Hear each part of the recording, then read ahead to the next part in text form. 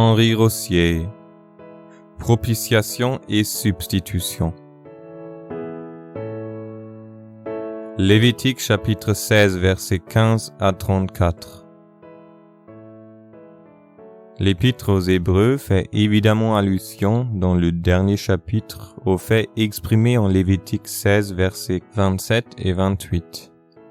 On transportera hors du camp le taureau du sacrifice pour le péché et le bouc du sacrifice pour le péché, desquels le sang aura été porté dans le lieu saint pour faire propitiation, et on brûlera au feu leur peau, et leur chair et leur fiente.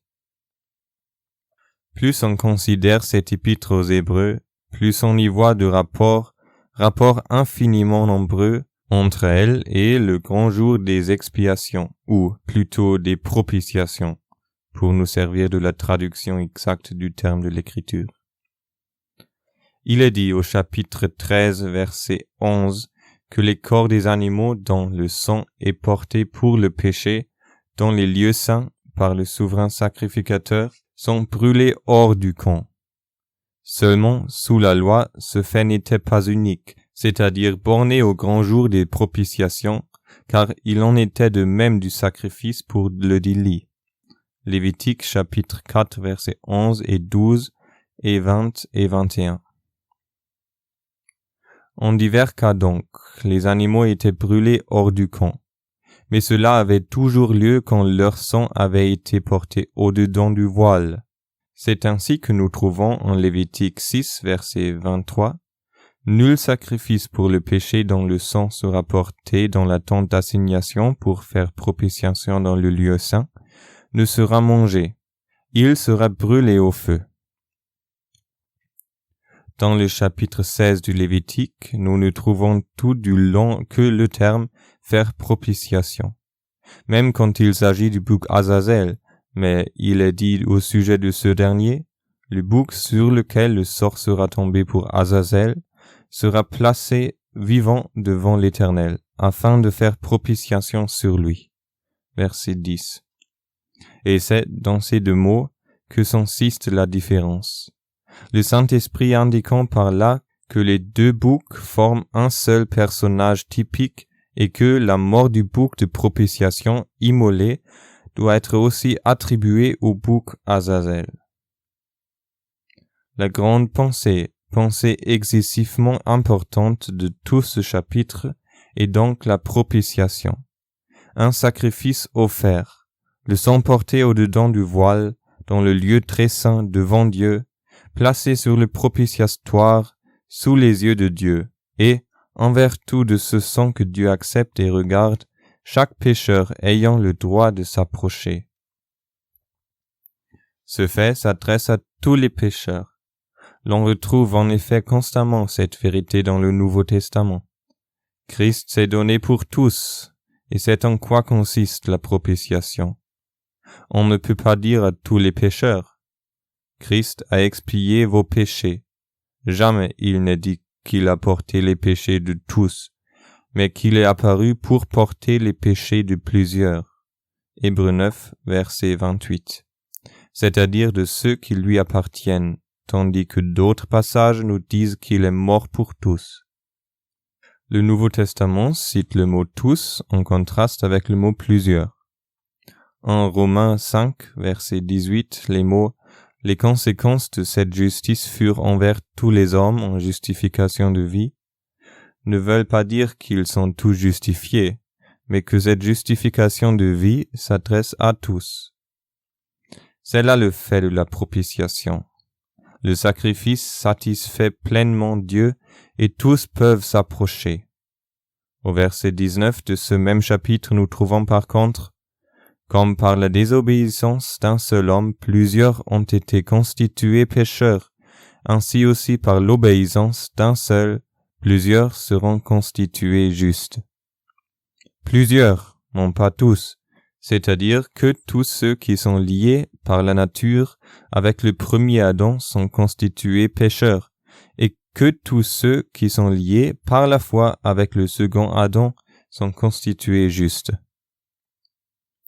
Ainsi, d'un côté, la propitiation est l'œuvre qui s'adresse à tous, D'un autre côté, l'expiation, ou mieux la substitution, est l'œuvre par laquelle le Seigneur Jésus a porté sur lui les péchés d'un grand nombre et, comme le bouc Azazel, les a emportés dans une terre inhabitée. 1 Timothée 2, versets 3 à 5. Cela est bon et agréable devant notre Dieu Sauveur, qui veut que tous les hommes soient sauvés et viennent à la connaissance de la vérité. Car Dieu est un, et le médiateur entre Dieu et les hommes est un, l'homme Christ Jésus, qui s'est donné lui-même en rançon pour tous. Mais la rançon a été payée. Dieu en a accepté le paiement, et, en vertu de cela, tous peuvent y avoir part, la dette étant entièrement couverte devant Dieu. 2 Corinthiens 5, versets 14 et 15. L'amour du Christ nous étreint, en ce que nous avons jugé ceci, que si un est mort pour tous, tous donc sont morts, et qu'il est mort pour tous, afin que s'ils vivent, ne vivent plus pour eux-mêmes, mais pour celui qui pour eux est mort et a été ressuscité. Provision est faite pour tous. Dieu est satisfait. Tout est en règle. Rien n'empêche désormais un pécheur d'entrer dans le sanctuaire. Le souverain sacrificateur a porté le sang du bouc égorgé pour le peuple au-dedans du voile, sur le propitiatoire, devant Dieu, et on a fait aspersion 7 fois, c'est-à-dire d'une manière complète, devant le propitiatoire, endroit où le pécheur peut s'approcher et avoir pleine communication avec Dieu. Rien ne le sépare plus de lui. Hébreux 9, verset 24.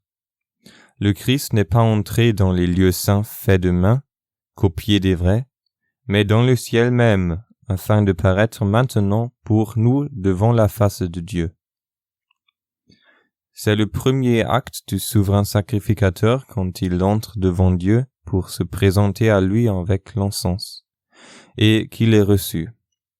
Remarquez que le souverain sacrificateur, pris d'entre les hommes pécheurs, sous la loi, s'entourait d'encens afin qu'il ne meure pas. Lévitique 16, verset 13.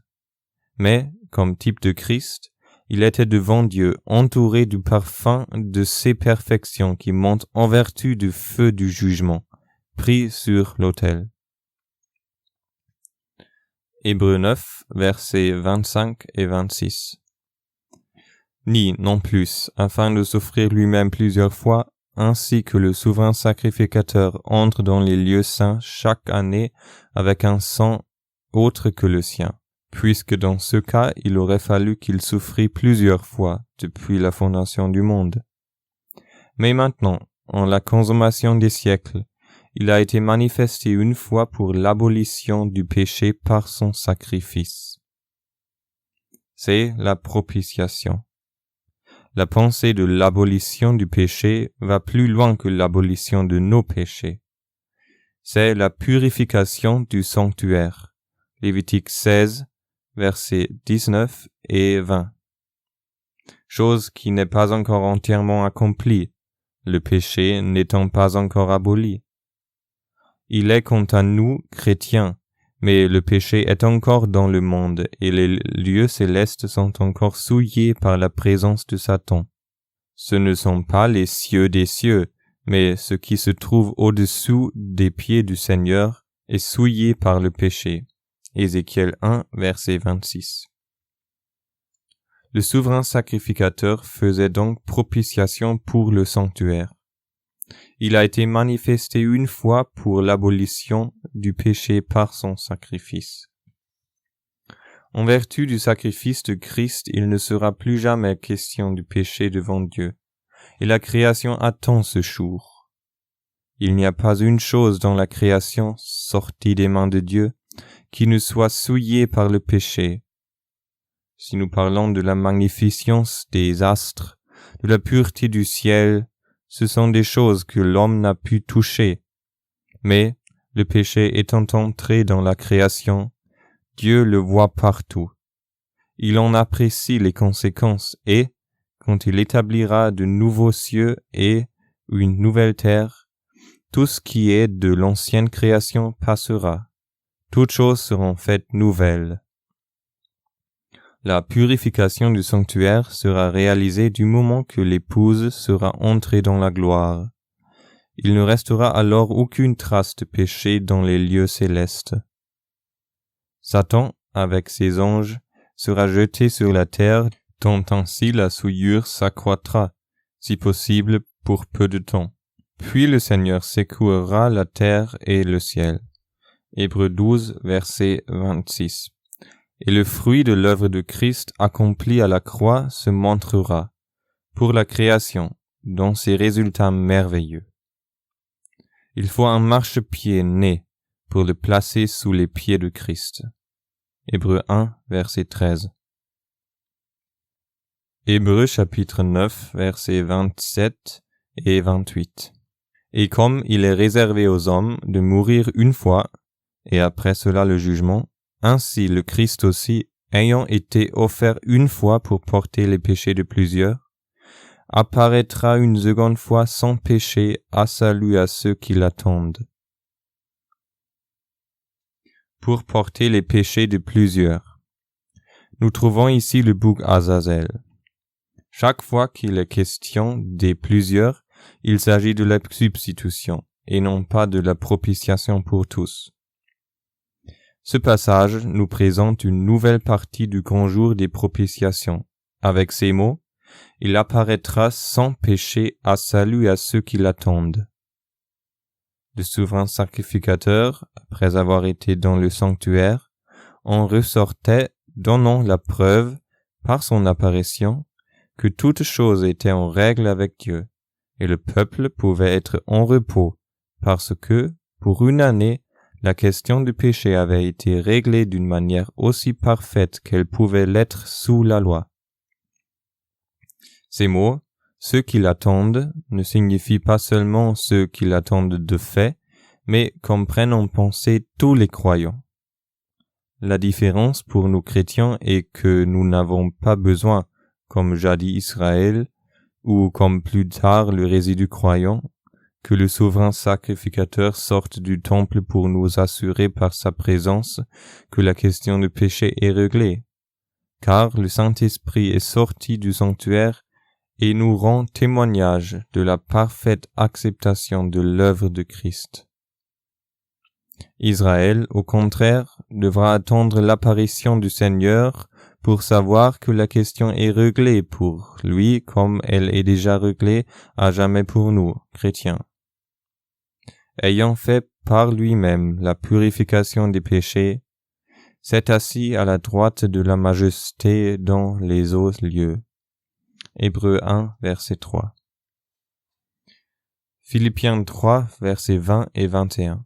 Car notre bourgeoisie est dans les cieux, d'où aussi nous attendons le Seigneur Jésus-Christ comme Sauveur, qui transformera le corps de notre abaissement en la conformité du corps de sa gloire, selon l'opération de ce pouvoir qu'il a de s'assujettir même toutes choses.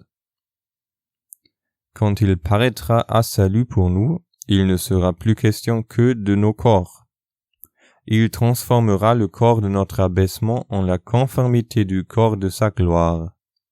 Telle est notre part. Quand il apparaîtra, ce ne sera pas pour transformer le corps du résidu croyant, des sujets futurs de son royaume terrestre, quand même ils ont, comme nous, le caractère de ceux qui l'attendent. Ce dernier terme est donc, comme nous l'avons dit, une expression générale pour désigner les croyants, sans qu'il y soit question de leur fidélité individuelle à l'attendre.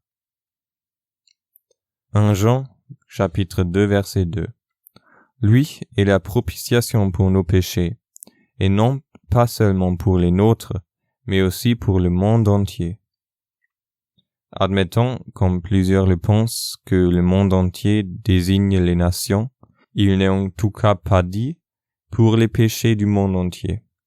J'y vois, pour ma part, quelque chose de semblable à la purification du sanctuaire, une réconciliation générale de toutes choses. Ces passages nous amènent à Colossiens 1, versets 19 et 20, où nous trouvons les 3 faits qui se rapportent au chapitre 16 du Lévitique. En lui, toute la plénitude s'est plu à habiter et, par lui, à réconcilier toutes choses avec elle-même, ayant fait la paix par le sang de sa croix, par lui, soit les choses qui sont sur la terre, soit les choses qui sont dans les cieux. C'est la réconciliation de toutes choses correspondant à la propitiation faite pour le sanctuaire. Toutes choses seront introduites vis-à-vis de Dieu sur un pied tout nouveau.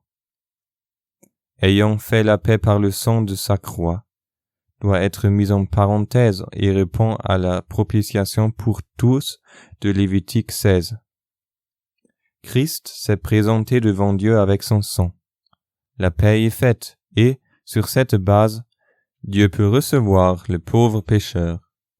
Ce dernier n'a plus à s'affaire à un Dieu dont ils doivent subir la colère, car une paix parfaite est établie par le sang de Christ pour lui permettre de s'approcher de Dieu. Versets 21 et 22. Et il vous a maintenant réconcilié dans le corps de sa chair, par la mort, pour vous présenter saints et irréprochables et irrépréhensibles devant lui. C'est notre réconciliation, l'œuvre de l'expiation faite pour nous, la substitution opérée par le bouc Azazel, les péchés confessés sur sa tête. Il les a pris sur lui. C'est la réconciliation des plusieurs. Cette œuvre nous est présentée dans le Lévitique sous 2 aspects différents, mais qui, dans le Nouveau Testament, sont beaucoup moins séparés. Le souverain sacrificateur avait à prendre 2 boucs pour un sacrifice. Lévitique 16, verset 5. Le mort et le vivant sont un sacrifice aux yeux de Dieu. Ce côté important de l'œuvre de Christ caractérise en quelque mesure notre prédication de l'Évangile au monde. La propitiation est l'œuvre qui a été faite entre Christ et Dieu. La substitution, l'œuvre faite entre Christ et nous. La substitution n'est pas bornée au fait que Jésus a réalisé, dans son âme, en Gethsémani, les conséquences du péché d'une manière absolue et terrible. Elle va plus loin. Elle est l'identification du Christ avec nous sur la croix. Elle ne signifie pas seulement que Jésus entre moralement.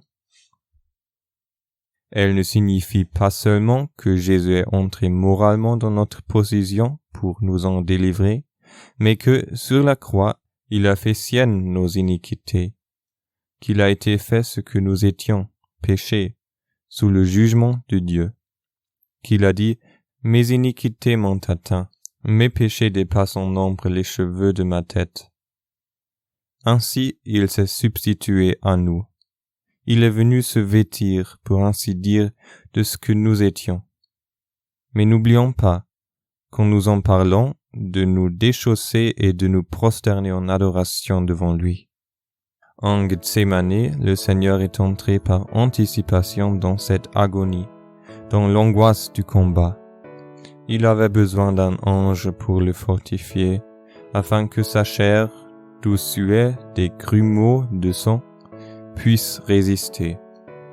Toutefois, il restait en communion avec son Père, mais à la croix, pendant les 3 heures de ténèbres, la communion était rompue. En Gethsémani, il ne portait pas dans son corps la malédiction du péché. La substitution n'eut lieu que sur la croix.